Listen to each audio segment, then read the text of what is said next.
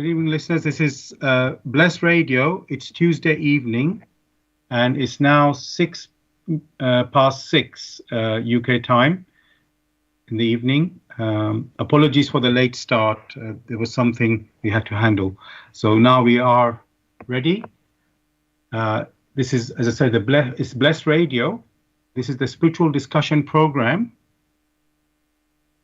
on Tuesday evenings from 6 p.m. to 8 p.m. UK time. And the aim of the show is to introduce you to the spiritual knowledge in the light of truth, the Grail message by Abdushin. I'm Saad in southeast London, and the weather here today, it has been raining heavily last couple of hours, so it's overcast right now. And with me, as usual, is Gregory. Gregory, how are you doing, and how is the weather where you are? One is fine. It's just cold, but not raining. And it's getting dark. Okay, thanks for that. So yes, it's cold, as you say. Yeah, it is cold now, I would say as well. So welcome, listeners, as I said, to this spiritual discussion program.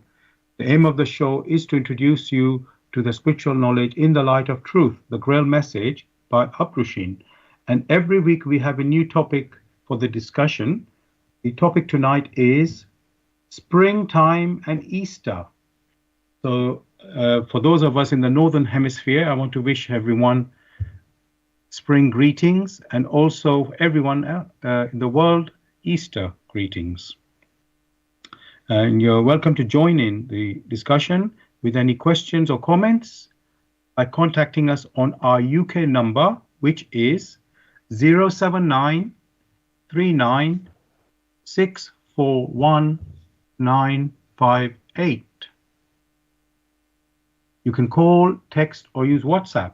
And if you're outside of UK, it is 0044 79 39 641 958. You can call, text, or use WhatsApp.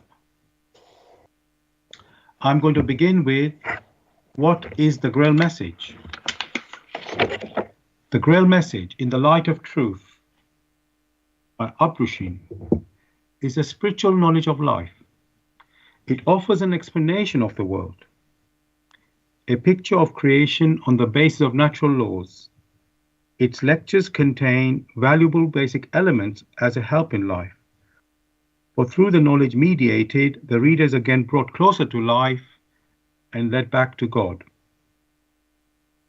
The Grail message deals with important fundamental questions of life by explaining in a clear and logical way the automatic working of the laws of nature, the whole weaving of creation, allowing every process to be recognized, and thereby the purpose of our whole life. It is directed at the individual and speaks to the innate experiences of the human being, their strengths and weaknesses. Thus, every reader has the opportunity to discover through the intuitive perception if what is stated is the truth. Combining with matter-of-fact reasoning, a complete world picture arises, where there is no separation between the visible world and the great world beyond the five senses, nor any separation between scientific and religious striving for knowledge. I'd like to give you a couple of quotes from the author of the Grail message, Abdushin. The hearer and reader of my lectures should always work within himself, keenly probing and building bridges from one lecture to the other, as well as out into the great and small world happenings. Only then will he be able to understand the Grail message and find that it gradually shapes itself into one complete whole without leaving any gaps. Again and again, in all the happenings, the reader will come back to the basic features. He can explain everything without having to change even one single sentence. the word of the Grail message lives, so that it permits only those people who really carry the honest desire in their souls to find abundantly. All else is automatically rejected by it. For the arrogant and those who seek superficially, the message will remain the book with 7 seals. And I'd like to give you one more quote from the author. I wish to fill the gaps which have so far always remained unanswered in the souls of men, and which never leave any serious thinker in peace if he earnestly seeks for the truth. So, dear listeners, just to remind you, the topic for tonight is springtime and Easter. And I think you can guess why we've chosen that topic. Spring has, we went, at least in the northern hemisphere, we are now in springtime. And of course, Easter is approaching this coming weekend. So send you our greetings for that. Gregory, as you know, I like to look in the dictionary for the meaning of the words in the name in the topic. So tonight it is springtime. I looked up the word spring, and spring, it says the season after winter and before summer, in which vegetation begins to appear in the northern hemisphere from March to May, and in the southern hemisphere from September to November. And they give an example of this, the word spring. In spring, the garden is a feast of blossom. I must say that makes a very lovely feeling there. So So Gregory, how would you say? What would you say on this definition of the word spring? It is precise enough because, strictly speaking, the times you have mentioned, those are spring times before summer and after winter. So I think it's just precise, whether it be in the northern hemisphere or in the southern hemisphere.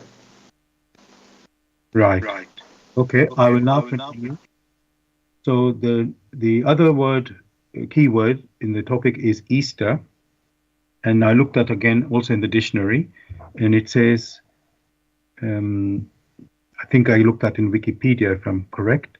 It says, Easter is one of the principal holidays or feasts of Christianity. It marks the resurrection of Jesus 3 days after his death by crucifixion. For many Christian churches, Easter is the joyful end to the Lenten Lent season of fasting and penitence. So, Gregory, anything you would like to say on that definition there? Well, Easter is more of, or Easter seen from a spiritual perspective or an intuitive perspective, is more of the awakening in nature. And since man is a product or a fruit in creation, so Easter is more of a period of an inner awakening. However, these perceptions have been interpreted in very narrow perspectives. And that's why they give it different meanings. But generally, it is that period of awakening in nature or in creation generally. Thank you very much for that, Gregory. And I want to highlight that point actually by giving examples of spring festivals in the world, around the world. There are quite a few, I have to say, but I wish to mention them because these are worldly happenings. And Yeah, from the word definition of Easter, it sounded like it's for Christians alone. But as you've mentioned, it's an awakening there. So let's have a look at some of these spring festivals that are happening around the world. Let's say around this time. So this one is in Thailand. It's called Songkran Water Festival. It's an annual festival in Thailand and falls shortly after the spring equinox. And the spring equinox, in case listeners didn't know, it happened on the 20th of March, this last week. So, this is the Thai New Year, or Songkran, is held. Okay, it's held in a different date for when the equinox is. It says it's always held on the 13th of April every year. And its focus is about moving forward. And the water plays a major role in the festival. Symbolically, it washes away the previous year so that people can get ready for the next one. And they give an example, spring cleaning. People prepare for the new year by cleaning houses, schools, offices, and other public spaces. They're joined by family members who have moved away and return for the holiday to spend with loved ones. Many families wake up early during Songkran and visit Buddhist temples, where they bring offerings such as food and listen to monks as they preach. Visitors sprinkle clean or scented water over the statues of Buddha, the person believed to have started Buddhism, to represent purification and good fortune. Younger people also pour water on the hands of elderly relatives and friends to show their respect and ask for blessings in the coming year. So this one is celebrated by the Thais in a Buddhist sort of celebration as well. So it's a new year celebrating spring, and they're cleansing with water the previous year's, let's say, leftovers, if I can say it that way, to start a new one. So that's one example I want to mention. Just before I continue, Gregory, anything you would like to make a comment on this festival at all? Maybe it would be helpful when we listen to the other examples to take everything as a whole. Right. Thank you. Yes, I thought so exactly too. I just thought I'd say something about that. Okay, so another one. This is held in Spain, and it's called Semana Santa, and it's held from the 24th of, well, for this year, it's basically, they call it Holy Week, just the week before Easter comes, which is for this year, it's 24th of March, which was yesterday, Sunday, sorry, not yesterday, yesterday was Monday, wasn't it? So 24th of March, which was the Palm Sunday, and it ends on the Easter Sunday. And this is an annual tribute of the Passion of Jesus Christ, celebrated by Catholic religious brotherhoods and fraternities that perform penance processions on the streets in almost every Spanish city and town. So this is really related to Easter. I'm not sure where spring comes into that, but it's held during the spring, I could say. So I will now continue. There's another one, which actually happened yesterday. This is in India, or Hindus, let's say, celebrated, and this is called Holi, Holi. Holi is a popular and significant Hindu festival celebrated as the festival of colors, love, and spring. It celebrates the eternal and the divine love of the deities Radha and Krishna. Additionally, the day signifies triumph of good over evil, and it commemorates the victory of Vishnu as Narasimha over Hiranyakashipu. So I don't know exactly the stories of those beings or deities, as it's called here, but they are celebrating spring there. And that is, as I said, the date is 25th of March for this year. So that's the third festival, and I've got, let's say, 3 more to go through. The other one is called Nowruz, Nowruz, Nowruz, and that's from Iran. And that was held actually on the day of the spring equinox, which is 20th of March, and Nowruz actually means new day. And it is the Iranian or Persian New Year celebrated worldwide, they say. It's a festival based on the spring equinox, which marks the first day of the new year in the Iranian solar Hijri calendar. The return of spring has a great spiritual significance, representing triumph of good over evil, joy over sorrow. And it says the spirit of noon, known as Rapapithvina, who was considered to be driven underground by the spirit of winter during the cold months, was welcomed back with celebrations at noon on the day of Nowruz, according to Zoroastrian tradition. And the last one is Passover, which is actually, it's not exactly spring, but it says begins before sundown on the 22nd of April this year and ends on the 30th of April. And it is a major Jewish holiday where it is celebrating the escape of the Israelites from slavery in Egypt. Of course, that happened thousands of years ago, and that's what that celebration is about. So, Gregory, we've got different sort of festivals around the world, you can say, with some similar aspects there to do with connected with spring, I would say. So, Gregory, some of those celebrations, they're connected directly with nature, as I say, spring directly. Others are events that happen near at the time of spring, I would say. So, but could one say there's some commonality in these celebrations? And if so, can you say something about that? Well, as you read out all these events in different places, you left out one, which is the Muslim one, where even currently they are in fast. One of the threads running through all you have discussed is the thread of an awakening. An awakening is connected to a turning point.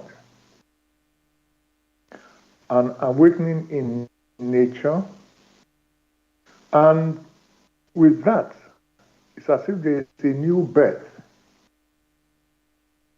And as usual, for many, there is celebration whenever there is a new birth. But what is key here is that there is that purification which runs through at these turning points.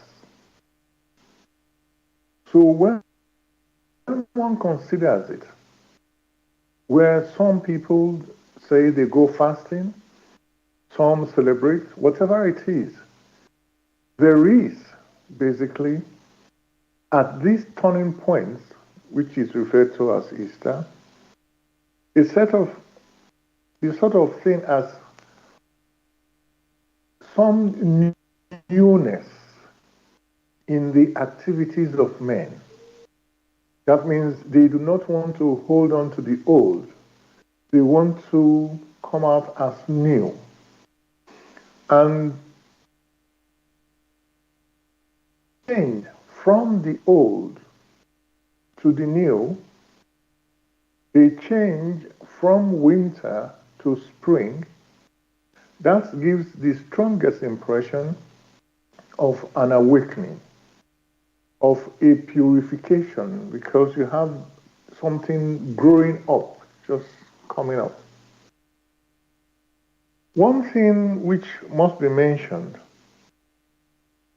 is that you will find in different communities, in different religions, there is this concept of fasting. That is how they have interpreted it in their own way. However, when fasting is concerned or is discussed, fasting is not the absence of granting your body the nutrients, the food it needs, but abstinence, that moving away from that which is old in the way of purifying oneself. First, purification of one's thoughts. Secondly, purifications of one's intuition to ensure that these thoughts, these intuitions resonate with the laws of creation so as to draw much benefit for the individual. So, you will find only through the purification of thoughts and intuition, that is what the personality, by personality one is referring to the inner core of man, which is of spirit. For the spirit is not concerned basically about apples, gross material food. That is necessary for the physical body that man uses to experience. So the physical body must be kept optimum. So where you have that so much is consumed and disturbs the harmony between body and spirit, of course there should be a cut down of food. Where you have the harmony being disturbed because there is not enough food for the physical body to maintain that harmony, it means one should consume food in such a way that is optimal for the body, such that that harmony between body and spirit is maintained. But the takeaway from this is that fasting as such is not primarily directed at the physical body, but a turning away from that which is not uplifting, which is not upbuilding, turning away from that which is ignoble. And this has been aptly put when Christ said, "Love thy neighbor as thyself." So when one looks at these things intuitively, you will find that there's this commonality. Only when it is perceived that way and acted upon in that fashion, only then does it bring benefit not only to the individual in his physical body, but also benefit to his or her soul and benefit to one's intuition.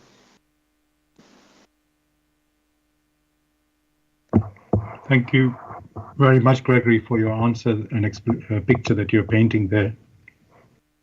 You know, about, you could say, the meaning of this fasting and spring sort of time, which is really, like you say, a renewal of our, you could say, spirit. And yes, there are physical aspects that we rituals and practices that we go through, but that's, you could say, only one angle of the process, and the real aim is to have a spiritual renewal. So this is what is the focus, and mind and body need to work together. So it's clear that if you're going to have purification in your thoughts, in your intuition. Also, it should align with your body. So eating and other such activities need to line up with that to complement, you can say. So yeah, that's really makes sense. And then the celebration happening at spring, when nature is also renewing itself, coming out of winter, as we say, from slumber, with new strength and energy. So, that's a reminder for us. So we can look around. Not only we, our human beings, are practicing our own ways of fasting and so on, but also nature also, is showing its renewal there. And that's in nature, as we mentioned. So there's blossom from the flowers that we see, the beauty there, and of course other being animals and so on, also having new beginnings there. So we won't go into that side too much, so that we can, not that we ignore it, but we are aware of it. So thank you for that, Gregory. Before I continue further, I just want to let the listeners know you're listening to Bless Radio. This is the Tuesday evening spiritual discussion program. The aim of the show is to introduce you to the spiritual knowledge in the light of truth, the Grail message by Abdushin. If you wish to know more about the Grail message or want to get a copy of the Grail message for yourself, you can go to this website, which is www.grailmessage.com. I'll spell that for you. It's www.grail, Grail, message, MESSAGE.com. And the topic for discussion tonight is springtime and Easter. Springtime and Easter. You're welcome to join us with any questions or comments by contacting us on our UK number, which is 079 39 641 958. You can call, text, or use WhatsApp. And if you're outside of UK, it is 0044 79 39 641 958. You can again call, text, or use WhatsApp. And there's another way you can contact us, which is going to the website where we are broadcasting. That is blessradio1, that's the number 1.com. And if you scroll down the homepage, you'll see a box called Bless Chat. You can type in any comments or questions in that box, Bless Chat. As I said, we are broadcasting on blessradio1, the number 1.com. And you can also listen to us on YouTube. Go to youtube.com and type in the search box. Bless Radio 1, again the number 1 there, space live stream. That's for the live show, which is on Tuesdays from 6 p.m. to 8 p.m. UK time. You can also listen to the recording of this show the next day, also on YouTube. Go to youtube.com and type in the search box. Bless Radio 1, again that's the number 1 there, space Grail message, space the topic of the show, which tonight is springtime and Easter. You can listen to recording of our other previous shows also on YouTube. Thirdly, you can listen to us on Zeno, that's ZENO.FM / Bless Radio 1. That's the number 1 again.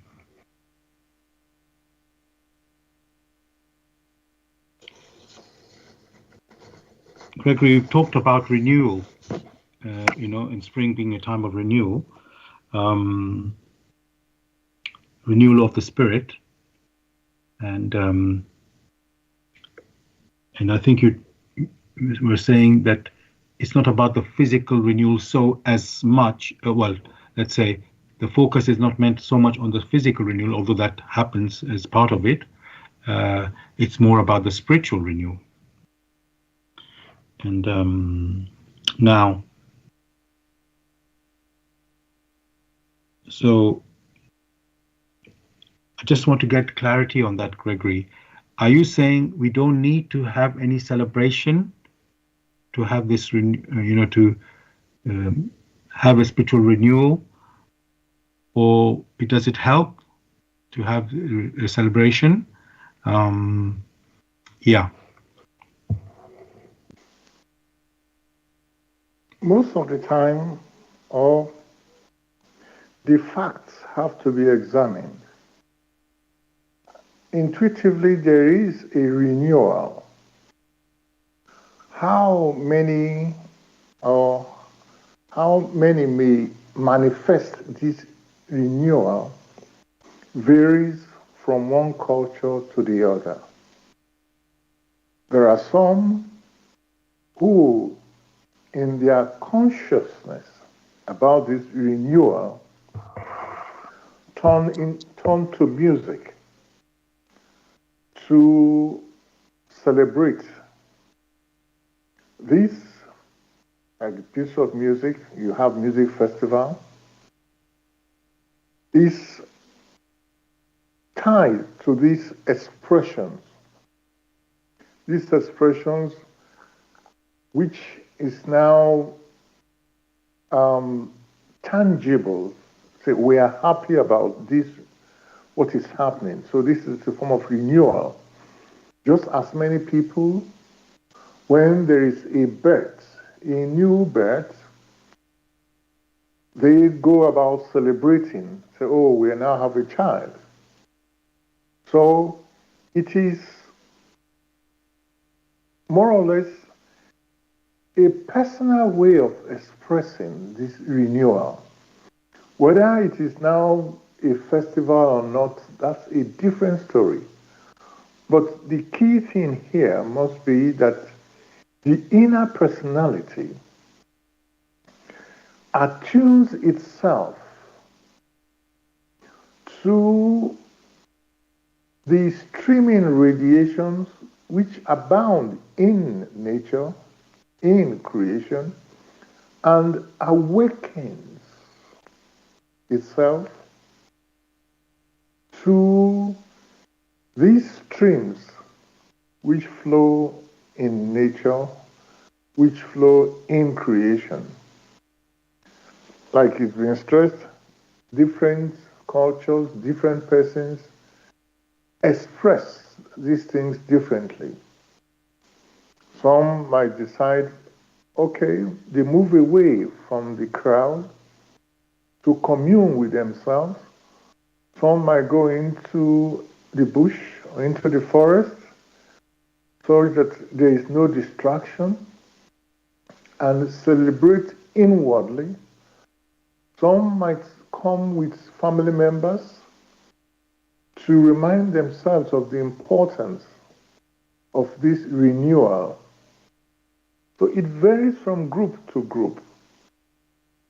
However, one cannot say you must celebrate or you must not celebrate because it is personal.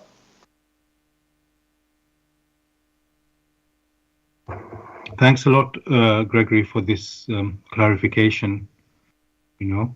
As you have said, really, it's up each individual. Everybody is an individual at the end of the day, and you can join if you wish to, as your free will allows you. If your wish is there, and if you don't wish to, also that is there as well. It's up to you, and it's like you choose to benefit or not benefit of the opportunity that is there. So that's our free will. However, as you said clearly, nature is going through its purification and renewal. So it's like a hint there. That's something you can say yay or nay, but the hint is there. So thank you.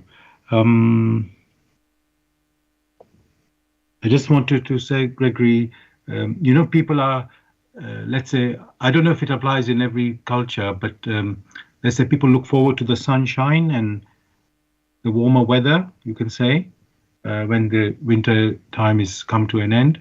They look forward to this type of times. And as I say, there's signs in nature where the birds are tweeting. I know they're tweeting all the time, you could say, but that those sounds, maybe you can go out now and observe them more, because normally in the winter you're staying home more. So you can come out more and see, go to parks and, let's say, experience the wonder of the beauty of the blossoms and, as I said, the tweets of the birds. So one can experience that as a sort of a joyful, uplifting, gift from nature, you could say. Now,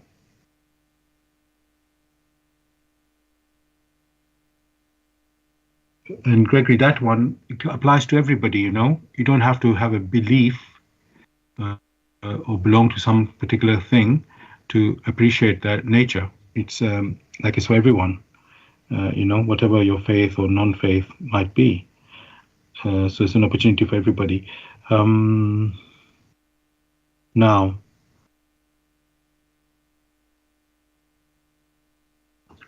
let me ask Gregory, what is the purpose of the renewal, in the sense of, because we heard some of these cultures, they're saying it's a victory of the good over evil. They're celebrating that there. And I was thinking, surely it should not be a fixed time for to say this is the time that the good triumphs over evil. I mean, I can appreciate, like, when the warmth of the spring overtakes the winter, the coldness of the winter, and that brings, you could say, some joy there, in that way. But like when they say victory of the light over darkness, I'm wondering, Gregory, if that's really, how can I say, an event or some celebration only for that time, because it sounds a bit difficult for me to accept that, if I can say. So when people say, oh, this is the time of, when they say it's renewal, does it really mean it's only at that time that this is a victory of the light over the darkness, or good over good over evil? That's a very good question, point you raised. Must it be at this particular time? What happens is that because you have at this particular time these awakening in nature are very observable.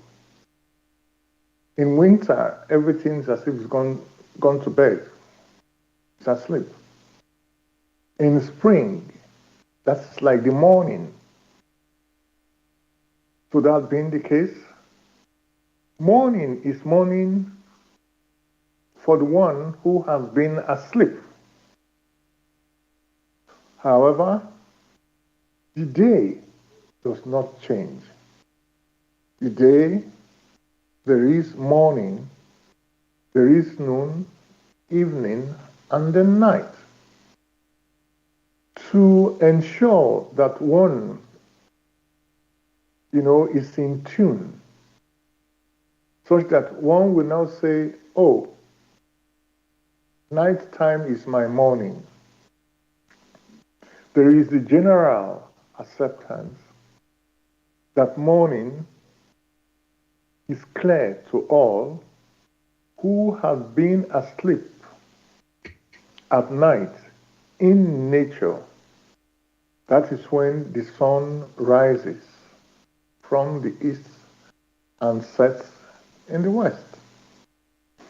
So because it is so common, many now look at it that, okay, being asleep, you are unconscious. When you wake up,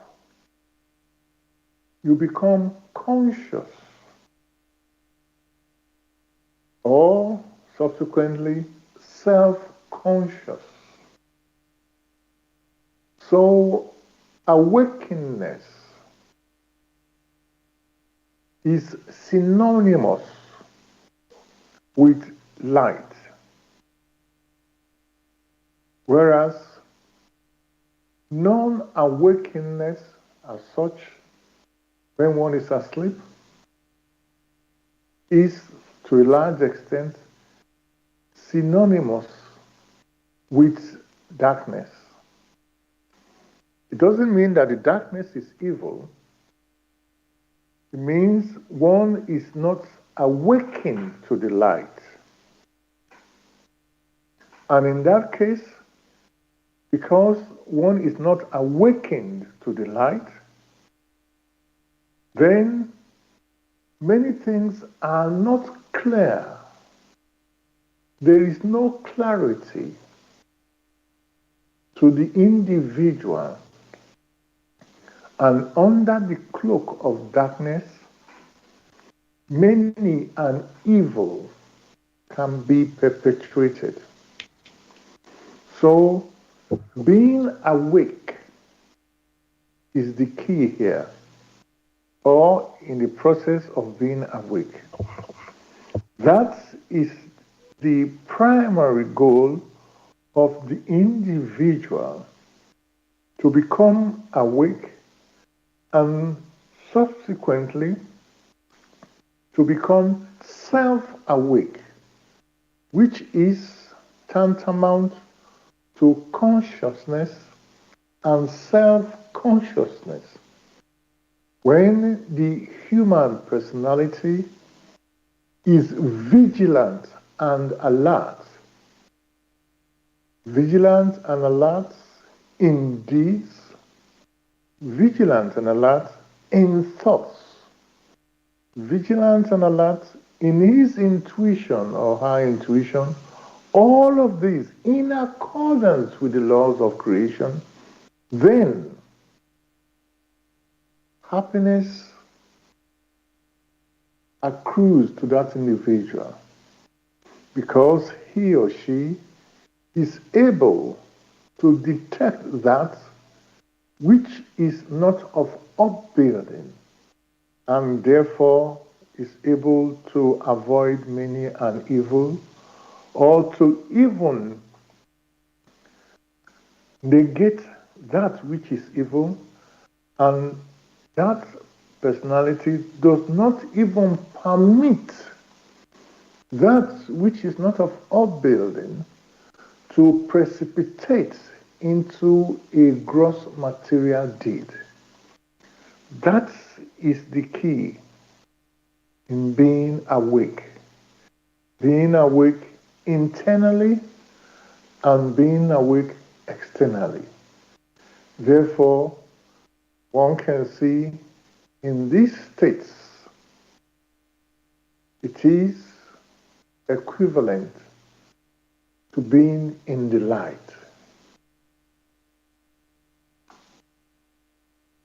Thanks very much, Gregory, for that picture you're painting or painted.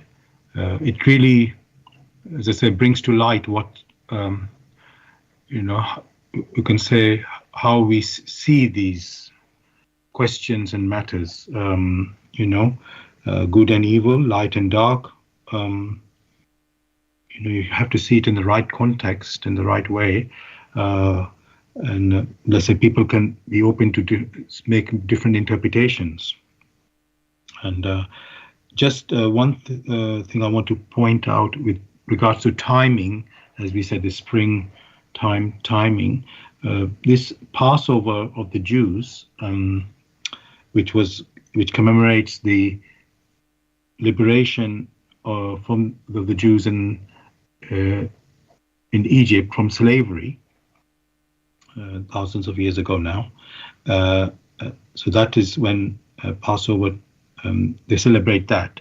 So that you could say they were suffering evil, and there they got their liberation. So that was one, you could say, example there of, you could say, success of the light over the darkness. And then another one, which the Christians celebrate at Easter time, is when Jesus was crucified, and then he was resurrected 3 days afterwards, and rose again. So the Christians celebrate Easter of, you could say, of Jesus succeeding over death, coming to life again after death. Not so the death didn't, I don't know how to say it in a right way, but the death did not beat him, even though he was crucified. So, so this is I guess the people are thinking that is again a success of light over darkness. So now this, again, you can say it was in, I don't know if it was exactly coincidence in the time of the spring, but it was, let's say, at this time. So now, Gregory, was that this, if you can go into these two events, the liberation of the Jews from Egypt, from slavery, and Jesus rising up after his crucifixion, is that a, how can I say, a victory of the good over evil? Is that how it should be seen?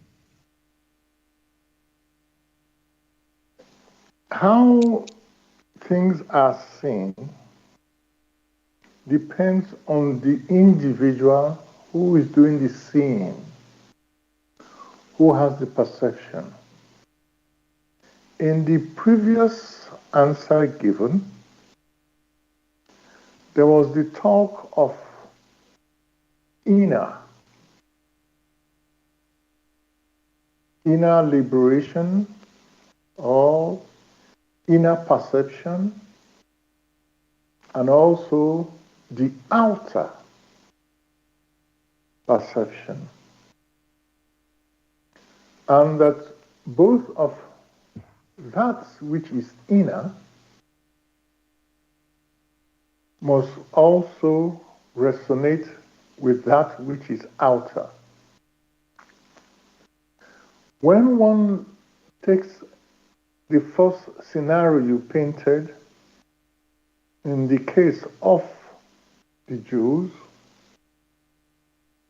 where that which was oppressing them externally was then broken, in which they themselves had to move away from Egypt.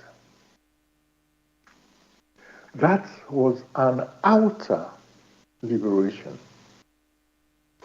That does not mean that in their inner perceptions that they had liberated themselves. Very far from it. For when observed subsequently in the events, Moses, who led them out from that which was oppressing them, only left them a bit to reflect, to receive the laws through which these people who have been liberated externally, the laws they should follow so as to become free, not only externally, but also internally. And what did Moses find? When he returned, he found that they had gone back to the old ways. Which ways permitted them to become slaves initially? And what was his response? He shattered the tablets of the law. Therefore, external liberation is not equivalent to internal liberation. These are two different things. For if they, in their patience, had remained the way it was, then that which is new at that time would have been passed on to them, and if they had been striving to live in accordance with these laws, they would have been so purified that many a thing which obstructs them and keep them chained, that would have been broken. In fact, such things will not even come about because it will not precipitate that which is evil, will not precipitate from the thoughts to become material deeds. Then that would have been what the light had prepared them for. But that was not to be, because they went back, they fell back to their old ways that brought suffering upon them. That is one point. In the case of the time of Christ, where you find those who, to some extent, had listened to the words of Christ and have decided, to some extent, to examine it, much later, they had different interpretations as at this turning point, which is referred to as Easter. And in their limited understanding, they still went back to the old ways, considering that for their iniquities to be done away with, someone else must suffer for it. Again, such perceptions are contrary to the laws of creation through which all that exists came into existence. So, if one had sown evil, then it will be evil that subsequently they would reap. If one had sown that which is noble, then subsequently it is that which is noble they will reap. But in their lack of understanding, many who later on call themselves Christians, taking that name after Christ, are not bold enough to wipe themselves clean, first in their thoughts, and secondly in their intuitions. Have they considered that it is man's thoughts and man's intuitions that need purification? Then the interpretation that some other personality must die for their iniquities will vanish. Therefore, that which many hold in Easter period, that their sins have been washed away, is false and contrary to the laws of creation through which all that exists rests. So, from both the scenarios you considered, you will find that many are only interested in external things where they don't have to make much effort, which because it seems much easier for them. Whereas that which is pure, the purification which is mentioned, at these turning points, which one refers to as Easter, or the time when the Jews had to leave Egypt, that inner purification is the key. For with the purification, all that has enveloped the human personality and blocks it to be able to perceive that which is of the light, to be able to perceive that aright, which is also of the truth, all that blocks it is such that it's unable to see clearly, it's unable to see aright. Whereas with the efforts, with the necessary effort as purification, that means discarding, severing oneself from ignoble thoughts, severing oneself from ignoble intuitions, the human personality washes, or to put it in a figure of speech, washes its garment clean, such that when the time comes for it to depart from the earth, is able to leave the physical body back to the earth and rises up to that realm, or towards that realm from which it had set out initially as an unconscious spirit gem. So these scenarios must be seen aright.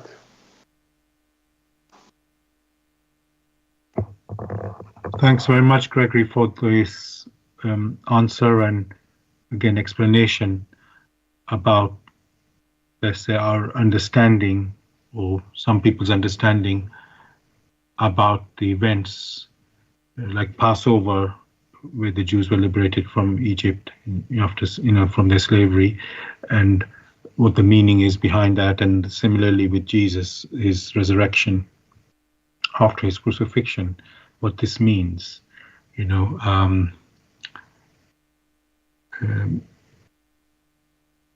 could say that the way people are, let's say majority of people are perceiving or understanding these events is not really how it's meant to be. It's supposed to be deeper.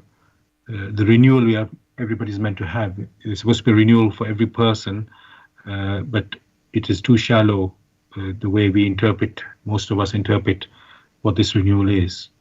And most people are falling for the physical explanation or understanding, as if that is a renewal or reward for the renewal, rather than the inner, as you say, inner renewal, which is the real, you could call it the deeper and the more valuable renewal, you can say. So thank you for that. Dear listeners, you're listening to Bless Radio. It's a Tuesday evening spiritual discussion program from 6 p.m. to 8 p.m. UK time. The aim of the show is to introduce you to the spiritual knowledge in the light of truth, the Grail message by Abdushin. And if you wish to know more about the Grail message, or want to get a copy of the Grail message for yourself, you can go to this website, which is www.grailmessage.com, I'll spell that, www.grail, Grail, message, MESSAGE.com. And the topic we're discussing tonight is springtime and Easter. And so we wish everybody springtime greetings, those of us in the Northern Hemisphere, and Easter also. If you wish to join in the discussion, you can contact us on our UK number, which is 079 39 641 958. You can call, text, or use WhatsApp. And if you're outside of UK, it is 0044 79 39 641 958. Again, you can call, text, or use WhatsApp. And also, there's another way you can contact us, which is by going to the website where we are broadcasting. That is Bless Radio 1. That's the number 1.com. If you go onto the homepage, you'll see a chat box called Bless Chat. You can type in your questions or comments in that box so that we can respond to that. As I mentioned, we are broadcasting on blessradio1.com. You can also listen to us on YouTube. If you go to youtube.com and type in the search box, Bless Radio 1, again the number 1, space live stream. That's for our live show, which is on Tuesday evenings, 6 p.m. to 8 p.m. UK time. You can also listen to the recording of this show the next day on YouTube. So again, by going to youtube.com, you go to the search box and type in there, Bless Radio 1, again the number 1, space, Grail message, space, the topic of the show, which tonight is springtime and Easter. And of course, you can listen to the recordings of our previous shows also on YouTube. Thirdly, we are broadcasting on Zeno.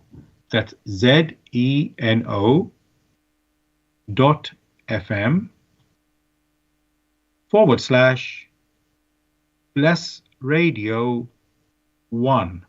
That's the number 1 again. Now, Gregory, we talked in last part of the last question, we talked about Jesus' crucifixion and resurrection. And, Christians believe that Jesus died for our sins. And they refer to this passage in the Bible, or not passage, in fact, it's a whole chapter in the Bible of Isaiah chapter 53 as like a proof that this was predicted to happen. And I would like to read that just so that we can examine it and, explore what it says there. So let me just go to the beginning here, 1 second. Right. So this is Isaiah chapter 53. Who has believed our message, and to whom has the arm of the Lord been revealed?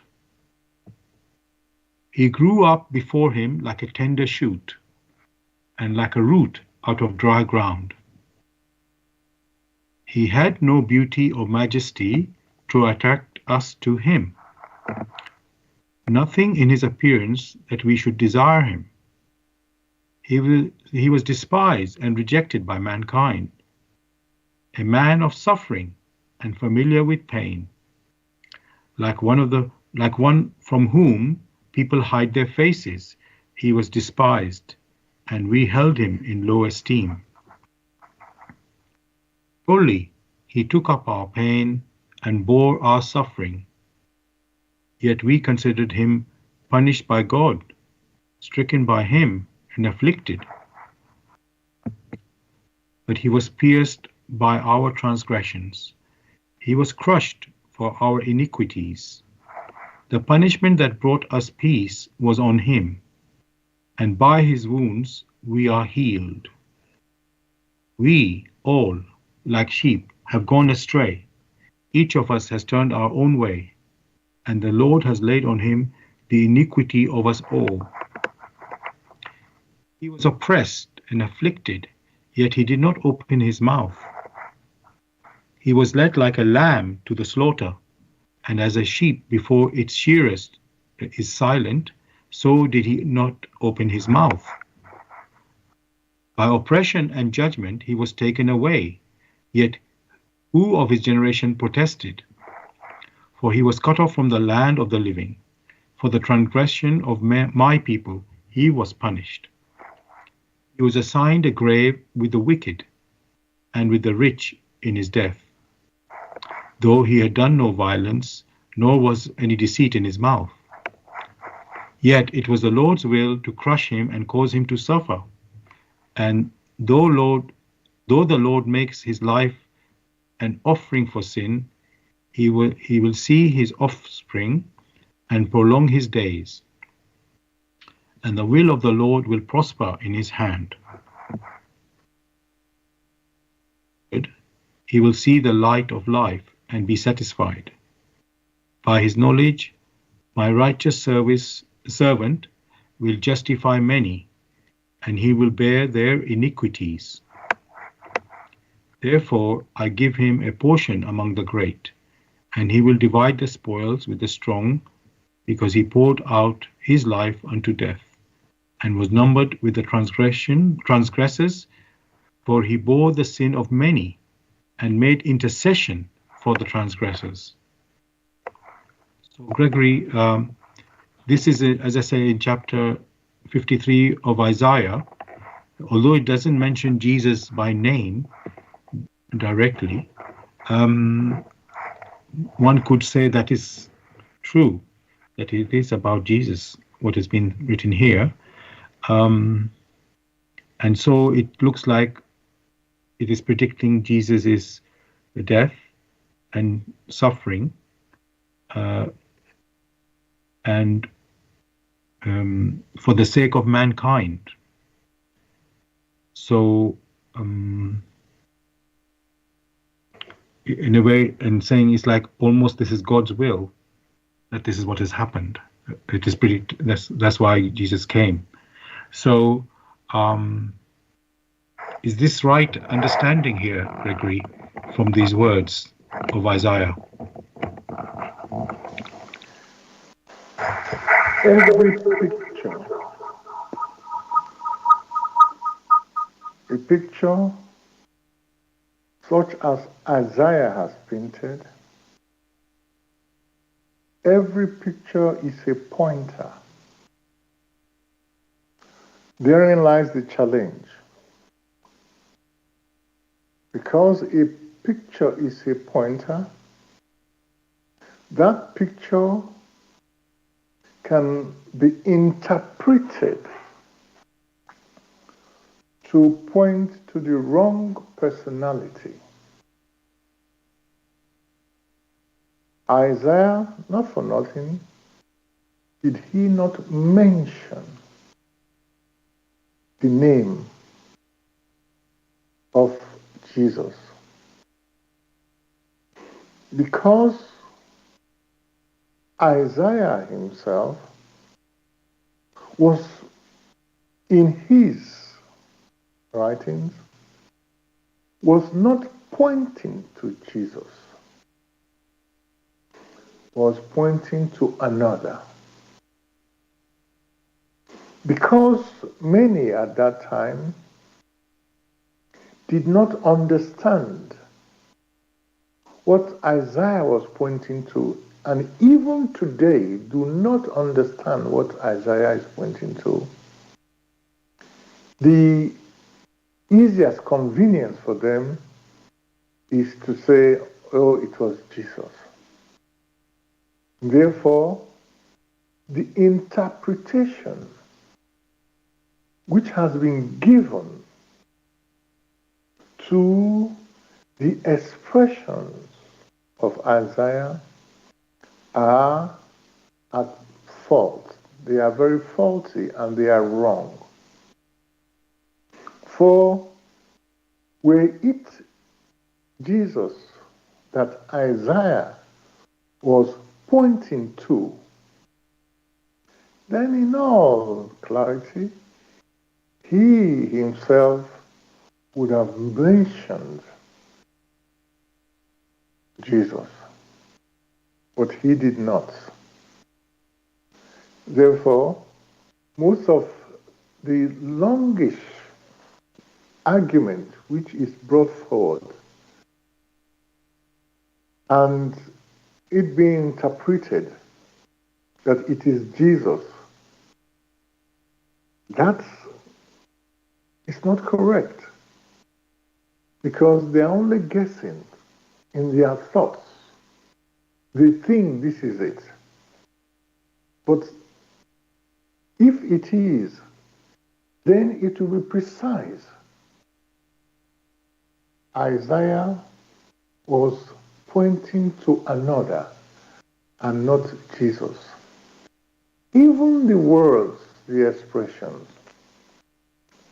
In the first instance, how are we sure that these words have been interpreted correctly, word for word?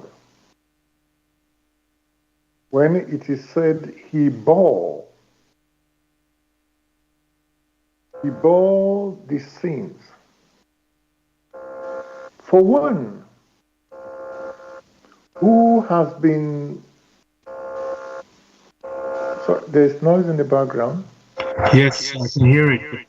I don't. Okay, I'll put myself on mute. I don't know where it's coming from. For one who has been punished innocently, and there are many who have undergone that, the expressions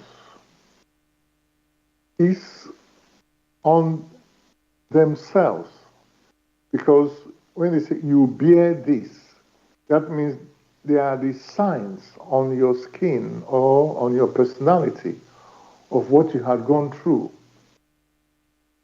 So the whole passage, which correctly is a pointer, does not mean it points to Jesus himself. For Isaiah would not have been so imprecise and say, oh, this one is for Jesus. At that time, Isaiah, in his predictions, in his expressions, was pointing to him who is to come, knowing fully well the capabilities, knowing fully well what the human spirits have done in the past, knowing fully well that he or she who strives to live aright, those people of evil volition will have a strong impact on the part of that personality, if not make it almost impossible.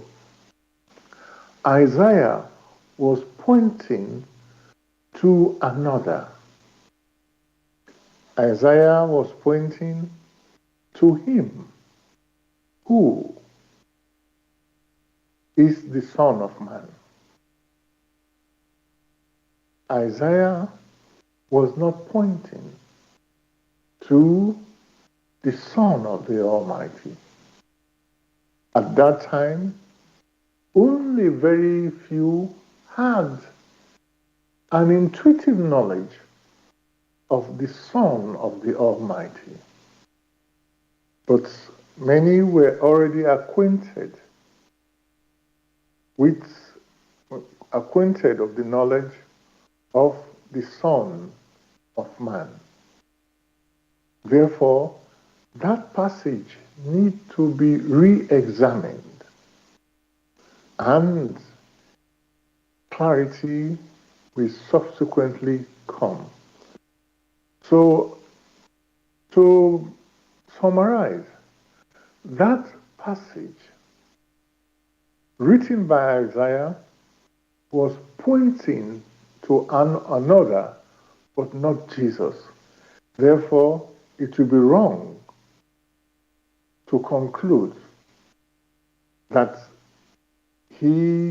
Isaiah, was talking about Jesus and that Jesus was going to, liberate them by taking away their sins. The language of the intuition,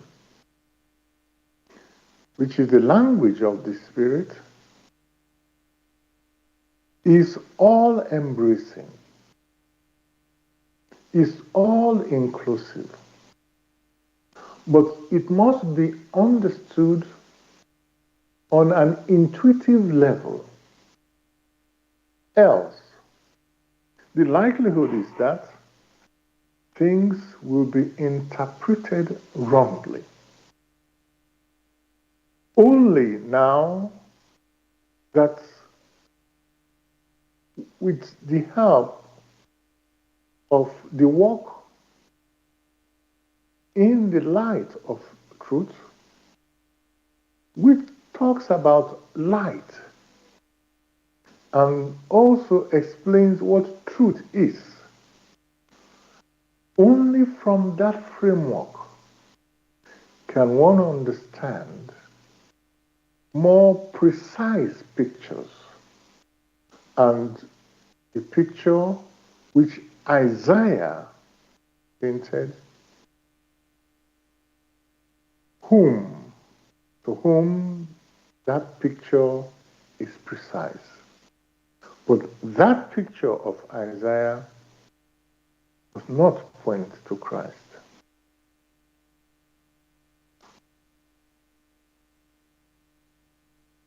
Thank you, Gregory, for this answer and you could say clarification. It shows how careful we have to be when we read these words or let's say follow other people's understanding and views on these matters, because how wrongly we can fall into a trap, you can say, when that happens.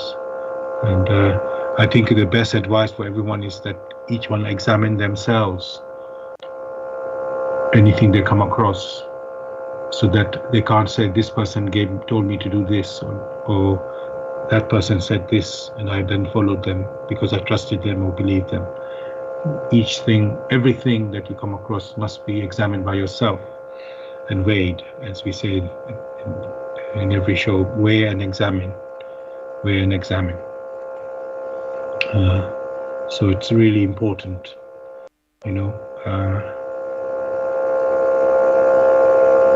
not to try take on something without having you could say, the confidence and understanding in what you're following. So then the responsibility is only yours and not someone else. You can not blame someone else for that. So thank you. Now we'll be want to let me see. I think I will, because Easter is coming, I think I will read something, another section from the Bible about the story of the crucifixion of Jesus. Let me go here, yes. So this is from Matthew chapter 27, verse 11 onwards. And it's titled, Jesus Before Pilate. Meanwhile, Jesus stood before the governor. Somebody's saying I'm getting some echo from my side. I'm not sure what I can do about that, because if I put myself on mute, I won't be able to.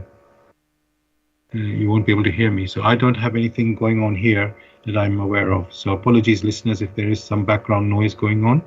I'll just be louder, and hopefully you can hear me clearly. So this is from Matthew 27, verse 11 onwards, and it's titled Jesus Before Pilate. Meanwhile, Jesus stood before the governor, and the governor asked him, "Are you the king of the Jews?" "You have said so," Jesus replied. "When he was accused by the chief priests and the elders, you gave no answer." Then Pilate asked him, "Don't you hear the testimony they are bringing against you?" But Jesus made no reply, not even to a single charge, to the great amazement of the governor. Now it was the governor's custom at the festival to release a prisoner chosen by the crowd. At that time, they had a well-known prisoner whose name was Jesus Barabbas. So when the crowd had gathered, Pilate asked them, "Which one do you want me to release to you? Jesus Barabbas or Jesus, who is called the Messiah?" For he knew it was out of self-interest that they had handed Jesus over to him. While Pilate was sitting on the judge's seat, his wife sent him this message: "Don't have anything to do with that innocent man, for I have suffered a great deal today in a dream because of him." But the chief priests and the elders persuaded the crowd to ask for Barabbas to have Jesus executed. "Which of the two do you want me to release to you?" asked the governor. "Barabbas," they answered. "What shall I do then with Jesus, who is called the Messiah?" Pilate asked. They all answered, "Crucify him." "Why? What crime has he committed?" asked Pilate. But they shouted all the louder, "Crucify him." When Pilate saw that he was getting nowhere, but that instead an uproar was starting, he took water and washed his hands in front of the crowd. "I am innocent of this man's blood," he said. "It is your responsibility." All the people answered, "His blood is on us and on our children." Then he released Barabbas to them, but he had Jesus flogged and handed over to be crucified. Then the governor's soldiers took Jesus to the praetorium and gathered the whole company of soldiers around him. They stripped him and put a scarlet robe on him, and then twisted together a crown of thorns and set it on his head. They put a staff in his right hand. Then they knelt in front of him and mocked him. "Hail, King of the Jews," they said. They spit on him and took the staff and struck him on the head again and again. After they had mocked him, they took the robe off and put his own clothes on him. Then they led him away to crucify him.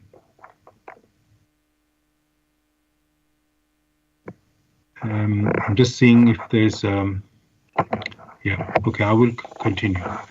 So as they were going out, they met a man from Cyrene named Simon, and they forced him to carry the cross.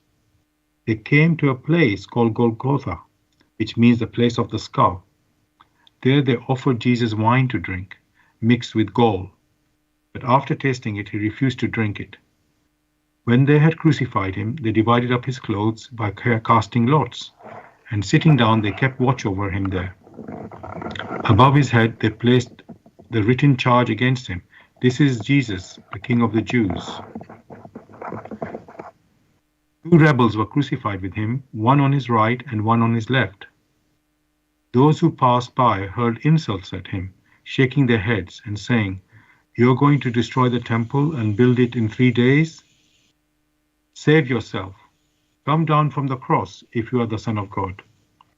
In the same way, the chief priests, the teachers of the law, and elders mocked him. "He saved others," they said, "but he can't save himself. He is the King of Israel. Let him come down now from the cross, and we will believe in him. He trusts in God. Let God rescue him now if he wants him, for he said, I am the Son of God. In the same way, the rebels who were crucified with him who also heaped insults on him. I'm going to stop here, Gregory. Sorry, I'm getting some messages, and I apologize for that. Gregory, this story, this words in Matthew, sorry, it's actually Mark. I'm going. Let me just make sure I'm getting this right. It is, sorry, Matthew from chapter 27, verses 11 till 44. So they're describing, Gregory, that how Jesus was treated, you could say, just on his way to his crucifixion. And but what is that's a very big mystery for me, Gregory. If Jesus is innocent and he is the Son of God, like the others are mocking him, why should God allow him to be crucified when he is come to save mankind with his word? But even Pilate can see he's innocent, and yet he's been allowed to be crucified. Why is that being allowed, Gregory? I'm saying now from how could God allow it? Let me say it from that way. In the first instance, one must look at the story very carefully. The Lord Almighty did not allow it.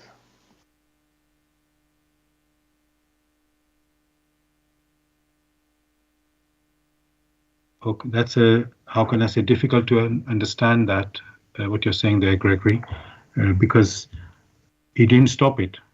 So that's what I mean, he allowed it.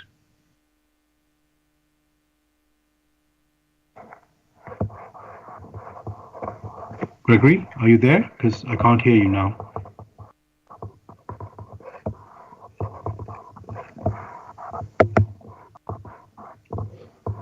You're not on mute, I can see that. But I can't hear anything from you, Gregory. What I could suggest is if you can call me on my number, Gregory, and then I can put you on. At least we can hear you. Is there something happened to this our connection, which I'm just checking now? Let me call you again. I'm going to call you, Gregory. Yes, let me try and do that. So apologies, listeners, for the technological issues.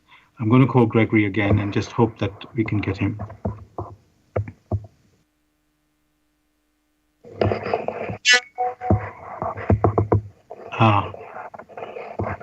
Okay, we're off air, I've been told. Let me try to just check something.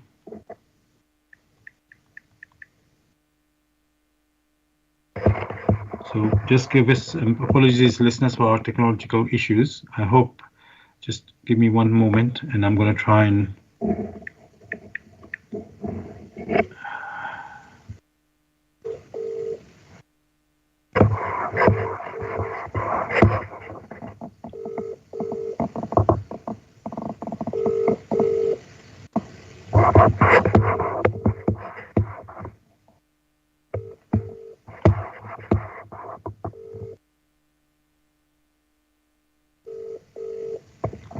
okay, we're having some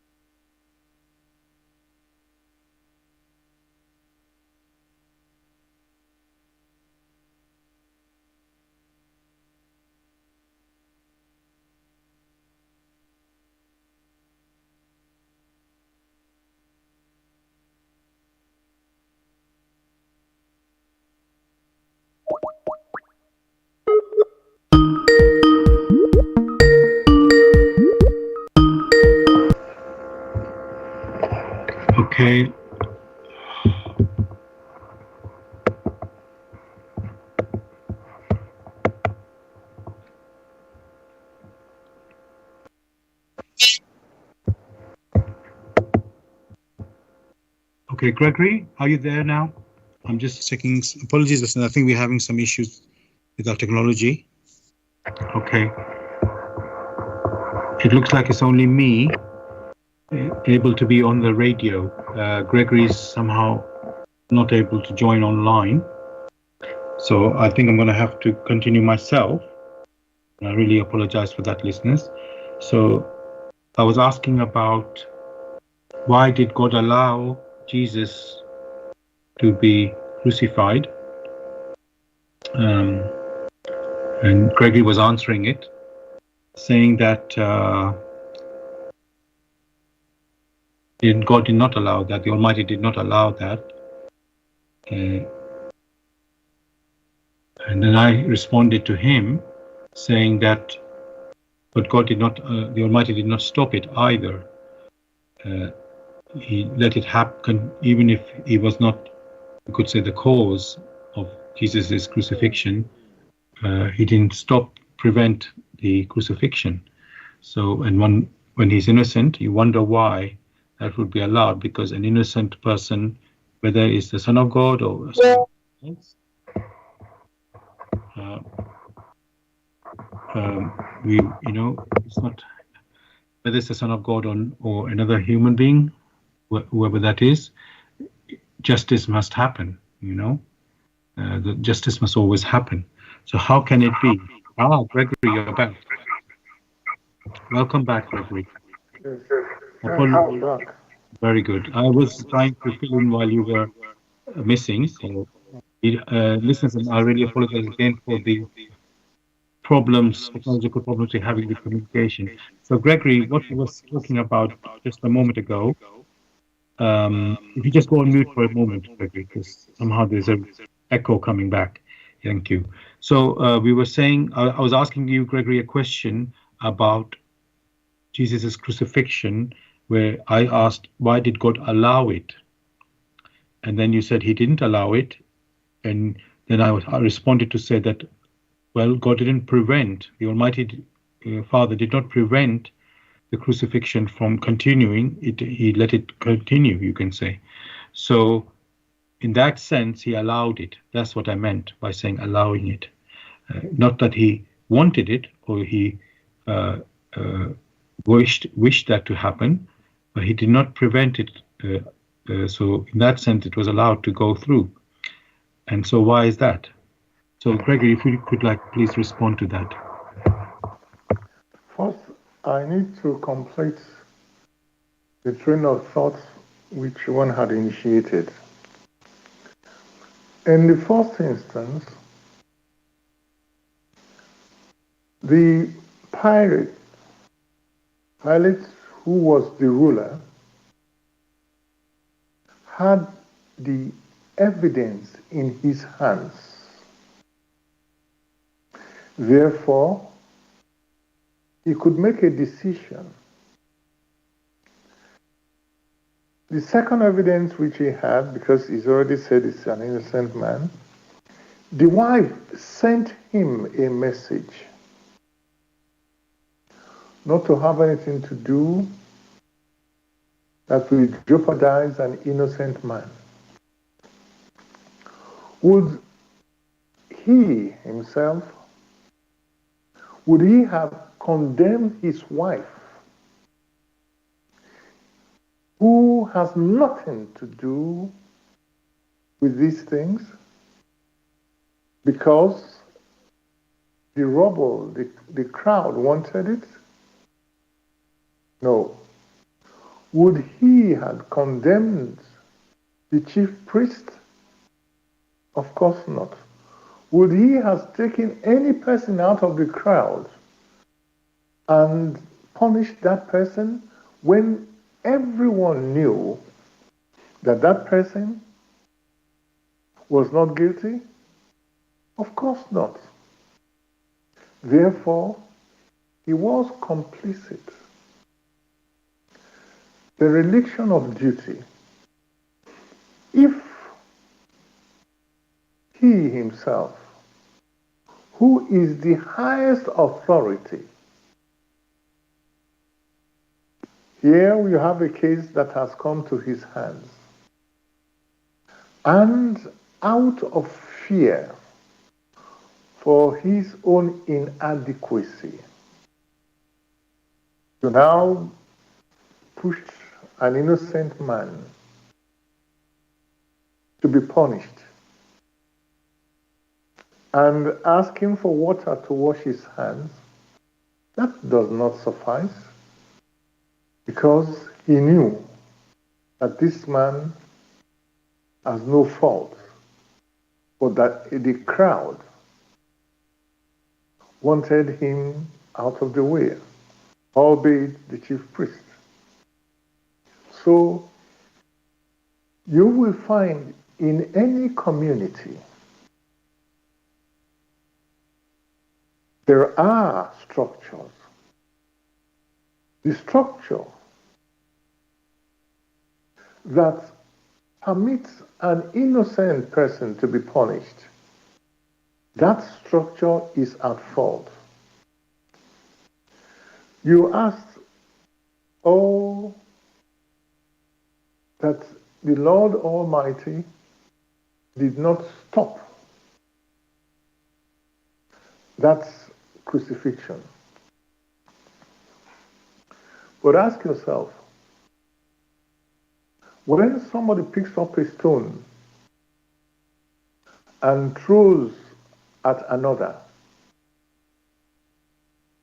and that stone hits the intended target, did the Almighty stop that stone from the target? When people, out of their volition, declare that the Almighty does not exist, did the Almighty prevent them from saying that? So, when you look at the whole thing, the human personality has a free will of how he or she needs to proceed. But the consequences that arise from the decisions made, he or she will have to take them, will have to experience them. Here, you have a personality sent to bring enlightenment forth to a community. When he went about filled with goodness, healing the sick, the Almighty did not prevent that. All those who were then throwing stones at him, they did not prevent that. He suited them well. Now, out of envy, out of jealousy, for they lacked the necessary understanding of his words, they lacked the necessary capabilities to perform the miracles such as he himself has done. Envy welled up, and they felt inferior. And for some, or for many, inferiority complex has no bounds. It's prepared to destroy. In such a way that they mocked, if truly you are he, the Son of the Almighty, come down from the cross. Here, they are convinced that somebody bound by rope externally, in order to come away from the cross, that person has to be loosened. But they were too stupid. to even consider that.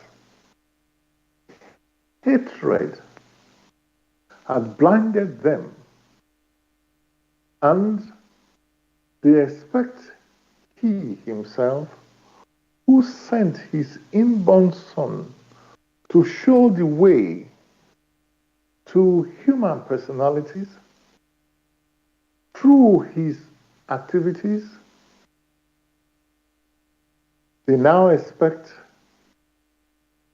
the Almighty to receive him whom he has sent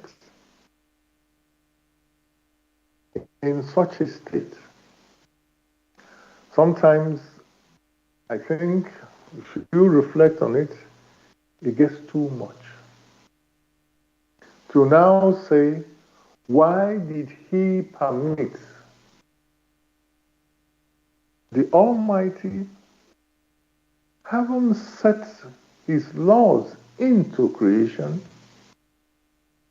will not all of a sudden change the laws because the implication of these laws now affects his son.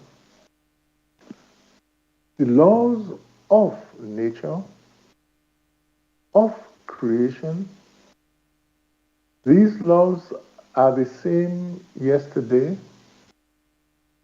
they're the same today, and will ever remain so tomorrow. So these laws are eternal, which law says once someone is bound externally with rope to the cross or nailed to the cross, for that person to come out of that scenario, it has to be done externally. So it was, and so shall it remain. So it was not the Almighty that permitted, it was not the Almighty that acquiesced, it was those people who knew the truth or who knew the facts and yet kept quiet because they were afraid of their position. It was those who are acquainted with the facts but will not dare to fight for it. That is always the case. Where the human personality, knowing the facts, what happened, remains silent. Therefore, one can see the fault was not from above. The error was from those who even brought him to trial. Why did they not bring the chief priest to trial? Why did they not bring the wife of Pilate to trial and say, Pilate, all right, find this woman guilty? One must be awake, for it is that vigilance in thoughts, vigilance in one's intuition, this vigilance in accordance with the laws through which the human personality came into existence, that is the right way to be awake, such that many an evil can be prevented.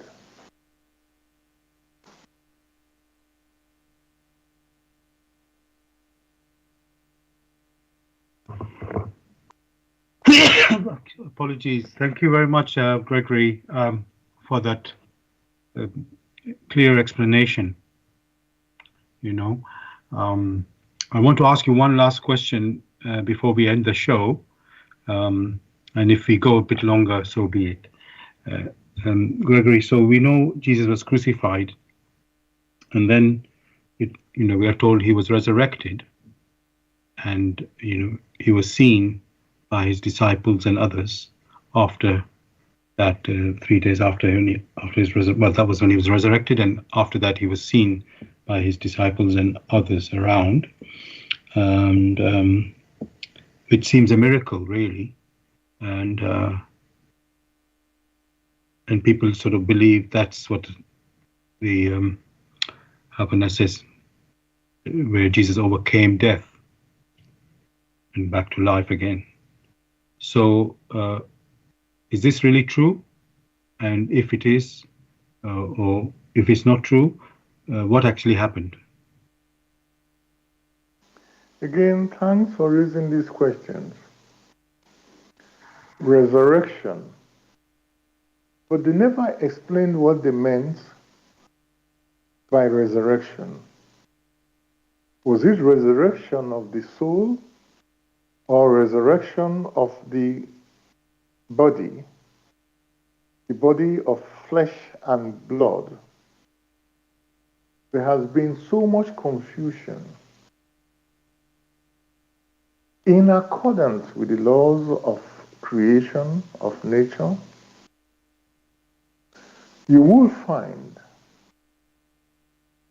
that it is dust to dust, which means that which is earthly remains earthly, flesh and blood. That which is not earthly cannot be or cannot return to that which is earthly. Therefore, the inner core of Christ, which inner core is divine,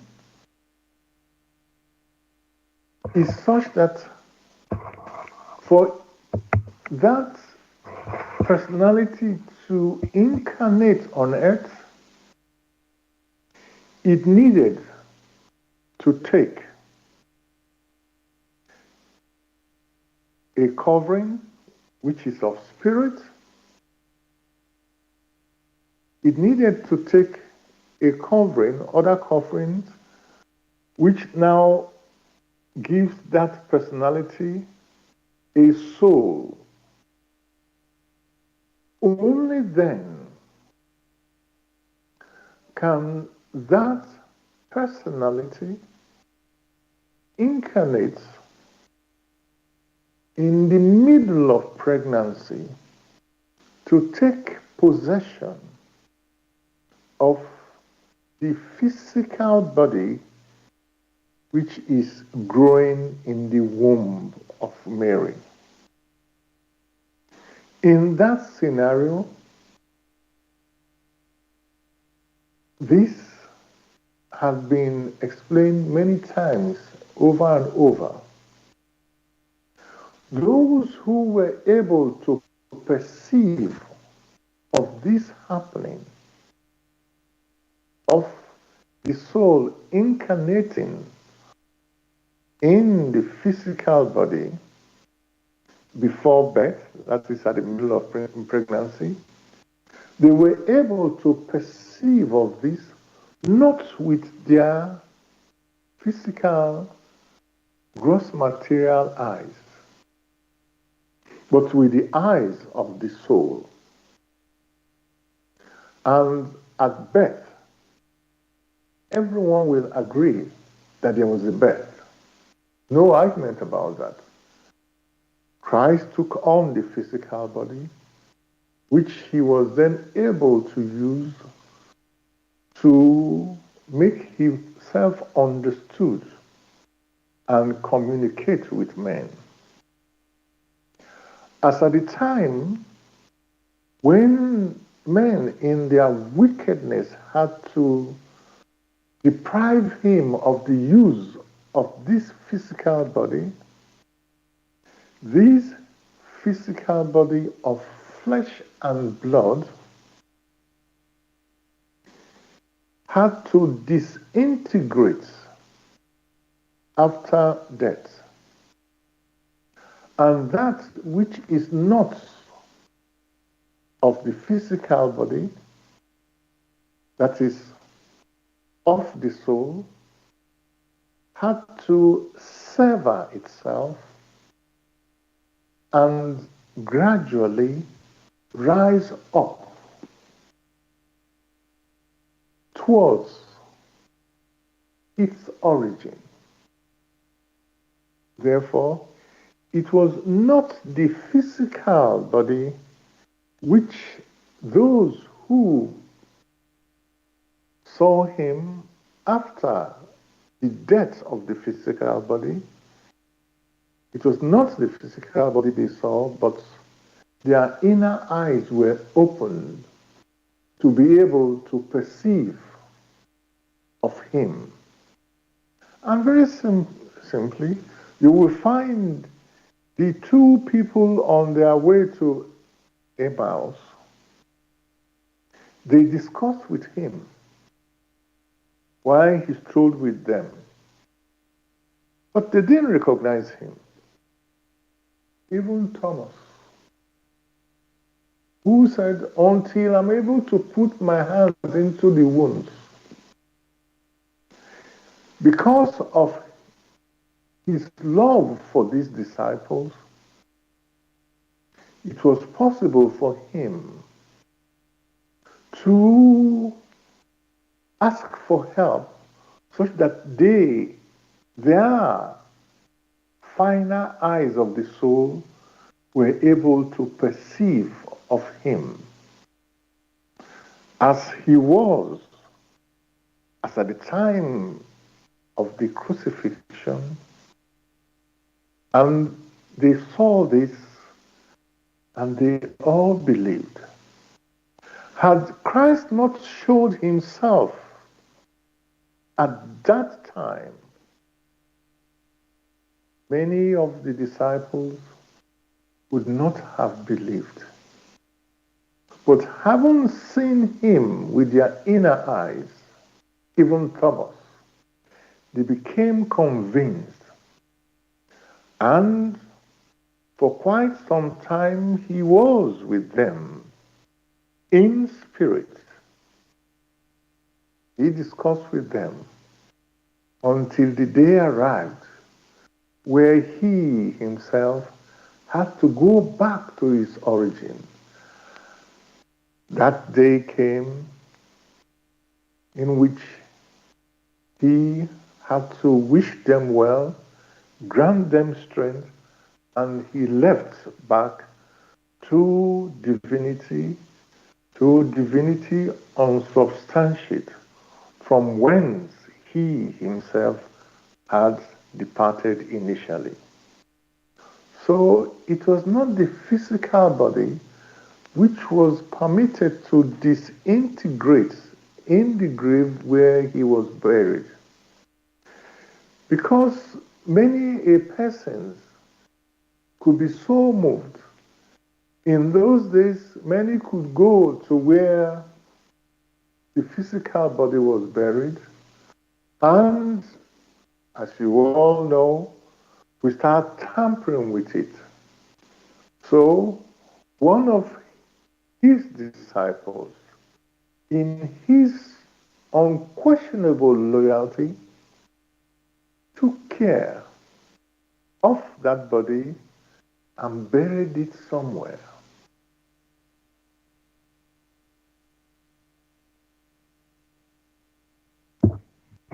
Thank you very much, Gregory, for this answer. And again, the picture you have painted to give us an understanding of this event of the resurrection of Jesus.